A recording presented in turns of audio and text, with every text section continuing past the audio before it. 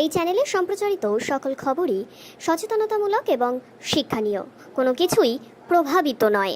বাংলা ভাষায় এডুকেশন, এমনই দাবি কিন্তু তুলতে দেখা গেল প্রসেনজিৎ চট্টোপাধ্যায়কে।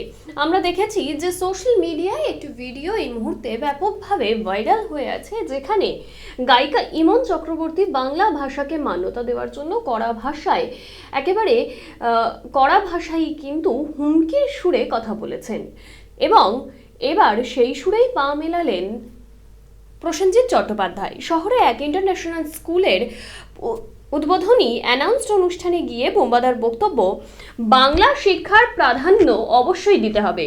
অন্যান্য ভাষা শেখার বা জানার ইচ্ছে থাকা ভালো, তবে বাংলায় বা কলকাতায় থেকে বাংলা ভাষার প্রাধান্য থাকাটা উচিত।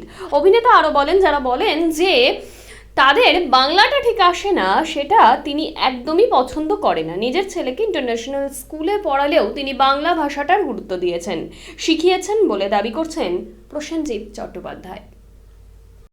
দেখুন, দুটোই খুব ইম্পর্টেন্ট, কারণ আমার মনে হয় বর্ণ পরিচয় পড়াটা যেরকম ইম্পর্টেন্ট, শেক্সপিয়ার পড়াটা খুব ইম্পর্টেন্ট। কারণ আজকের দিনে দাঁড়িয়ে বাচ্চারা যেরকম, মানে আমি একেবারেই ব্যক্তিগতভাবে পছন্দ করি না যে কোনো প্যারেন্টরা বলে যে আমার বাচ্চাগুলো বাংলাটা পড়ছে না, এটা আমি পছন্দ করি না।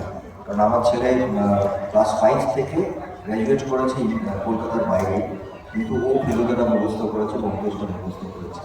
তো এটাও সম্ভব, কিন্তু অ্যাট দ্য সেম টাইম শুধু ইংলিশ বলি না, ইংলিশ বলি, ফ্রেঞ্চ বলি, অন্যান্য। আজকের দিনে বাচ্চাদের ভবিষ্যৎটা তো আন্তর্জাতিক হয়ে গেছে, সেটা তো কোনো বাইরে গিয়ে না, ওদেরকে ইন্টারাক্ট করতেই হবে, তো সেটাও খুব important. So both are very important in a way.